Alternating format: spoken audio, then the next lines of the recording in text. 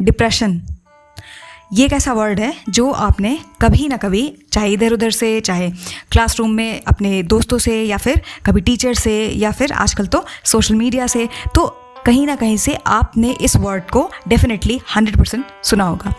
तो डिप्रेशन होता क्या है और इसके सिम्टम्स क्या क्या हो सकते हैं, यही आज का टॉपिक रहने वाला है।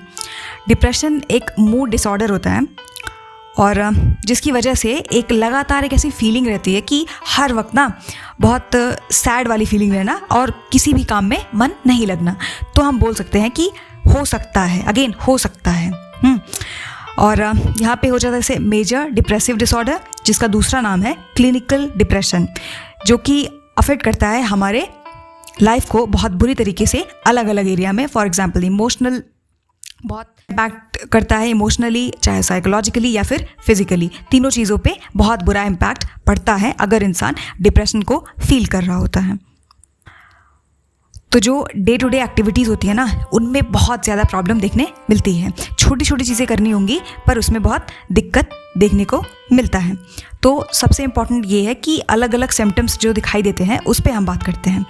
तो जो सबसे पहला आ जाता है वो ये है कि फीलिंग ऑफ सैडनेस, टीयरफुलनेस, एम्प्टीनेस या फिर होपलेसनेस। मतलब फ्यूचर को लेके जो आउटलुक है वो बहुत बहुत बहुत ज़्यादा ग्लूमी रहता है।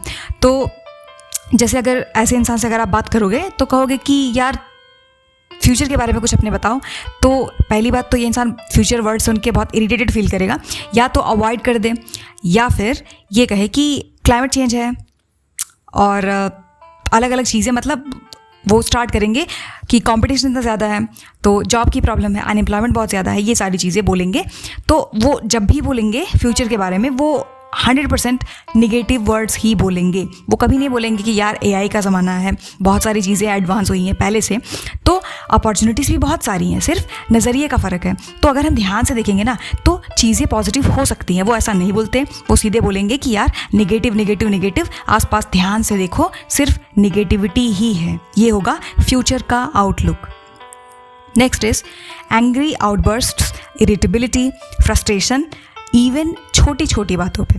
फॉर एग्जाम्पल उन्होंने कहा कि मेरा ये काम है, इसको कर देना, तो इतनी छोटी सी बात पे या तो गुस्सा होके बैठ जाएंगे, बात नहीं करनी है, या फिर एंग्री, बहुत ज़्यादा गुस्सा करना, और कई बार जो घटिया बिहेवियर होता है उसको शो कर देना कि यूं ही जो उसके साथ रहेगा जो इंसान, उसको लगेगा कि भाई इतनी छोटी सी बात पे इतना ज़्यादा क्यों भड़क रहे हो।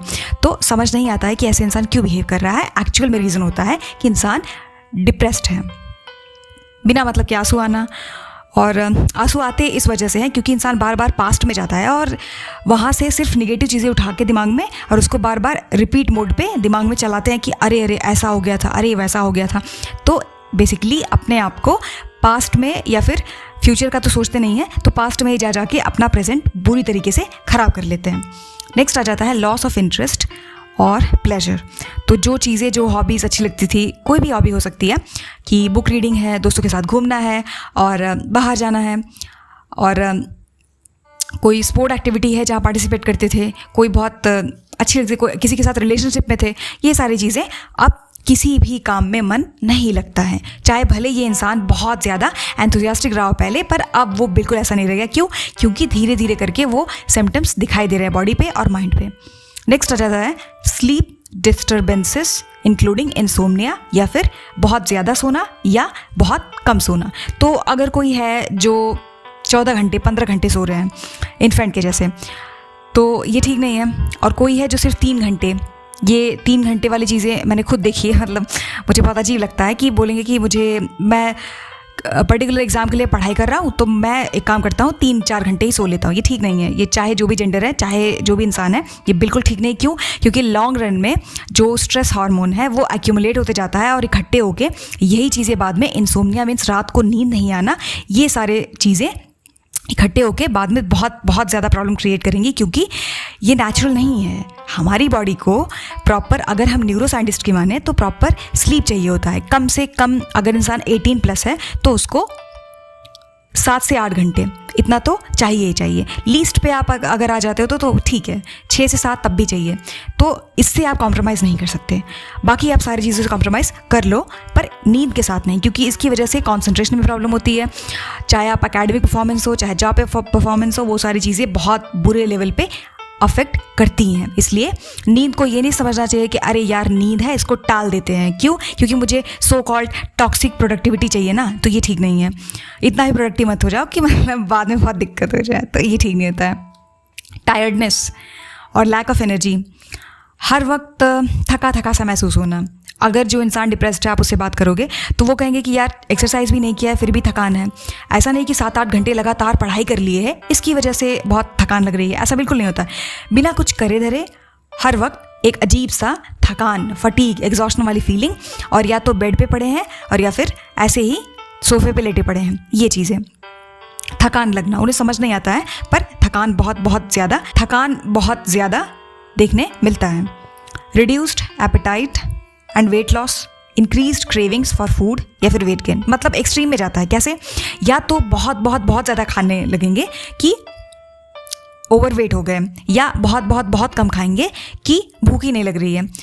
7 से 8 घंटे हो गए हैं और कुछ नहीं खाया है। ये चीज़ें तो दोनों ही एक्सट्रीम ठीक नहीं है, पर ऐसा देखने मिलता है जो लोग डिप्रेस्ड इनिशियल लेवल पे अगर हम देखें ये सिम्टम देखने मिलता है। एंग्जाइटी, एजिटेशन या रेस्टलेसनेस, कहीं भी एक जगह बैठ के 2 से 4 घंटे काम अगर कंप्लीट करना होगा तो वो पूरा नहीं हो पाएगा। क्यों? क्योंकि कंसंट्रेट करने में बहुत ज़्यादा प्रॉब्लम होती है। तो रेस्टलेसनेस की बेचैनी सी रहती है अंदर, और एंग्जाइटी और स्ट्रेस का लेवल बहुत ज़्यादा हाई रहता है छोटी छोटी चीज़ों पे। स्पेशली अगर कोई स्टूडेंट है ना, तो उसको एग्ज़ाम के नाम से ही उसकी हार्ट बीट इतनी ज़्यादा तेज़ हो जाती है, उसको बहुत थकान भी लगने लगता है। नेक्स्ट आ जाता है स्लो थिंकिंग, स्पीकिंग या फिर बॉडी मूवमेंट्स। तो ऑब्वियसली जब आप ठीक से सोए नहीं हो, जब आप हर वक्त थके थके हो, तो उसी में ये सिम्टम ऐड हो जाता है कि थिंकिंग प्रोसेस स्लो हो जाती है। कोई भी चीज़ आप पढ़े हो, 1 हफ्ते हो गए, फिर से आप अगर रिकॉल करने के लिए ट्राई करोगे तो वो चीज़ें रिकॉल नहीं हो पाएंगी। और जब इंसान बोलता है तो बहुत थकेला थकेला सा लगता है। Next is feeling of worthlessness या फिर गिल्ट, तो सेम है। या फिर सेल्फ ब्लेम, सेल्फ हेट्रेड भी इसी में आ जाता है। तो खुद को ये इंसान जो डिप्रेस्ड है ये कभी लाइक नहीं कर सकता है, और लाइक इसलिए नहीं कर सकता है क्योंकि ये अभी देखो कैसे एक विशियस साइकिल बनेगा। दिन भर मिला था, 12 से 13 घंटे काम करके तरीके से खुद पे बहुत ज़्यादा प्राउड फील कर सकते थे, और उसके बाद ये होता कि सेंस ऑफ अकम्पलिशमेंट होता, एक रिवॉर्ड वाली फीलिंग आती माइंड में और अच्छा लगता। लेकिन जब कुछ नहीं किया है तो इसकी वजह से self blame, self guilt, self hatred ये चलेगा, और उसके बाद फिर नेक्स्ट टाइम क्या होगा, फिर सुबह होगी, फिर थके थके से हैं, और फिर उसके बाद ये साइकिल पूरा रिपीट होगा। फिर ये मैं तो किसी चीज़ के काबिल नहीं हूँ, मेरा क्या ही होगा, मेरा कोई फ्यूचर थोड़ी है, ये थॉट्स बार बार दिमाग में आने लगते हैं। तो इंसान अपने आप को बेकार और निकम्मा समझने लगता है। Next is trouble thinking, concentrating, making decisions, remembering things. वही आ गया कि कॉन्सेंट्रेट करने में बहुत प्रॉब्लम होती है। जब काम करने बैठे तो कॉन्सेंट्रेट नहीं कर पाते। फ्रीक्वेंट या फिर recurrent thoughts of death, suicidal thinking attempt भी कर सकते हैं। मतलब ये कि जैसे अब हो गया ना कि अगर इंसान सेल्फ हेट्रेड से डील कर रहा है, अगर इंसान खुद को ऐसा मानता है कि मतलब मैं ऐसे ही हूँ, यूं ही हूँ, मेरे होने की कोई वजह नहीं है, मैं अगर रहूँ या ना रहूँ तो सोसाइटी में कोई ख़ास फ़र्क नहीं पड़ने वाला है और मेरी फैमिली में भी कोई ख़ास फ़र्क पड़ने नहीं वाला है। ये एक निगेटिव थिंकिंग है जो वैसे साइकिल के जैसे चलता है। तो वहीं पर आ जाता है कि सुसाइडल थिंकिंग, इंसान सोचता है पर वही चीज़ें अगर एक्सट्रीम में चले जाए तो इंसान अटेम्प्ट भी करता है। इंस्टेंट हेडेक देखने मिलता है, लगातार हर दूसरे दिन सुनाई देगा कि यार आज पता नहीं क्यों थोड़ा सा हेडेक हो रहा है, आज पता नहीं क्यों थोड़ा सा हेडेक हो रहा है। ये अब बात आती है कि हाउ टू ओवरकम डिप्रेशन। सबसे पहली चीज़, एक रियलिस्टिक गोल रखना चाहिए और उसको अचीव करने के लिए प्रॉपर 1 2 3 4 करके अलग अलग में प्रॉपर टू डू लिस्ट बनानी चाहिए। क्यों? क्योंकि फिर आगे से टिक बॉक्स भी बना सकते हैं कि ये मेरे काम थे, टोटल 5 टास्क है, इसको मैंने आज कंप्लीट कर लिया। फिर उसके बाद क्या होता है कि at the end of the day आपको बहुत बहुत बहुत अच्छा फील होता है। ऐसा लगता है कि हाँ, मेरे होने की कोई वजह है, एक सेंस ऑफ अकम्पलिशमेंट कि कुछ अचीव किया है। ये वाली जो फीलिंग होती है ना, ये तभी आती है जब हम हार्ड वर्क करते हैं। और उसके बाद ये रहता है कि नेक्स्ट डे इससे भी ज़्यादा हार्ड वर्क करके इससे भी बेटर रिजल्ट्स अचीव कर सकते हैं। तो ये फीलिंग आती है जब आप एक अपने लिए रियलिस्टिक गोल सेट करते हो। नेक्स्ट आ जाता है कि कुछ टाइम अपने लिए निकालो, जो मतलब आसपास कहीं पार्क में जा सकते हैं घूमने, या फिर दोस्तों से मिल सकते हैं। वो चीज़ें जो पहले आप बहुत ज़्यादा एंजॉय करते थे। ब्रेन एक तरीके से बहुत हेल्दी रहे। Exercise body super charged feel करता है, साथ में माइंड भी अच्छा फील करता है कि हाँ, ये किया है, साथ में ये भी कर सकते हैं। और हमने इसी चैनल पे बात किया था कैसे कीस्टोन हैबिट के बारे में। तो इसलिए एक्सरसाइज तो मस्ट है जो लोग थोड़ा सा डिप्रेशन के सिम्टम्स को फील कर रहे हैं। उसी में आ जाता है कि रिवॉर्ड योर सेल्फ, और जो आपके गोल होंगे मेक श्योर वो मेजरेबल हो। ऐसा नहीं हो कि मैंने बात कुछ भी है जो अचीव करना है, ऐसा हो कि 15 मिनट के बाद ये है मेरा टास्क, इसको पूरा करो, ये रहे रिवॉर्ड, इसको ले लो। तो इससे क्या होता है कि काम करने में थोड़ा सा मन लगता है। और ऐसे लोग सेल्फ केयर नहीं करते हैं, मीन्स नहाना धोना अच्छे से, टाइम से, अच्छे से वेल ड्रेस्ड वेल ग्रूम्ड होना, ये चीज़ें नहीं करते हैं। तो मेक श्योर कि अगर ऐसे जो ये लोग हैं उसको अगर नेचुरली ओवरकम करना है, ऑब्वियसली वो डॉक्टर के पास आप जाओगे, क्लिनिकल साइकोलॉजिस्ट हैं, वो आपसे बात करेंगे और उनकी प्रॉपर थेरेपी चलती है। फिर उसके बाद जो अंदर बैठे रहते हैं साइकेट्रिस्ट, वो आपको मेडिसिन दे देंगे। तो अगर वहाँ पर नहीं जाना चाहते, नेचुरली अगर ठीक करना है, उसके लिए यहाँ पे बात हो रही है। ट्रैंकुलाइजर देते हैं, मूड स्टेबलाइजर देते हैं, तो ऑब्वियसली वो चीज़ें काम करती हैं। पर लॉन्ग रन में अगर हम देखें तो हर वक्त इंसान मेडिसिन पे नहीं रह सकता ना, उस पे बात हो रही है। तो इट्स बेटर कि नेचुरल चीज़ों पे ज़्यादा ध्यान दें। एक्सरसाइज, थोड़ा खुश रहने के लिए ट्राई कर सकते हैं। कुछ सेंस ऑफ मीनिंग, पर्पस होना चाहिए कि हाँ, मेरी ज़िंदगी है तो इसकी वजह से है, ये सारी चीज़ें मुझे करनी है, ये मेरा लॉन्ग टर्म गोल है। तो और सबसे बड़ी चीज़, सबसे इंपॉर्टेंट चीज़ वो तो रहेगी, वो ये है last but most important, relationship. ऐसे इंसान बार बार अपने आप को आइसोलेट करते हैं लोगों से, फ्रेंड्स से, फैमिली से, कि मैं तो बेकार हूँ, वर्थलेस हूँ। इस वजह से अपने आप को आइसोलेट करते हैं। मेक श्योर कि 1-2 ही सही पर फ्रेंड्स हो। रिलेशनशिप में नहीं हो तो ट्राई करके देख लो।